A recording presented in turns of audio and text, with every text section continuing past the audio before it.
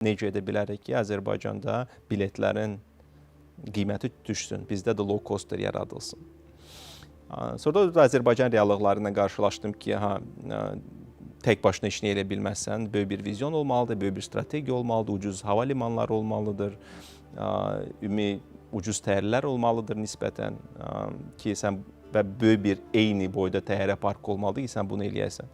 O zaman da bu strategiyada yoxdur. O zaman Əbülfəz müəllim də bizim turizm naziri, o demişdi ki, biz Azərbaycana ucuz turist istəmirik. Biz lüks turizm mərkəzinə çevrilmək istəyirik. Ona görə bizdə low-costerlərin gəlişidir filandır, strategiyamızda yoxdur. Bu yanlış idi sizcə? Mənim fikrimcə əlbəttə yanlış idi.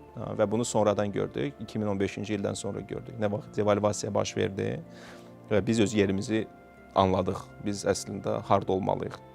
Və o zaman ki, dolların manat nisbəti çox ucuzlaşdı, amma otellərin qiyməti eyni qaldı.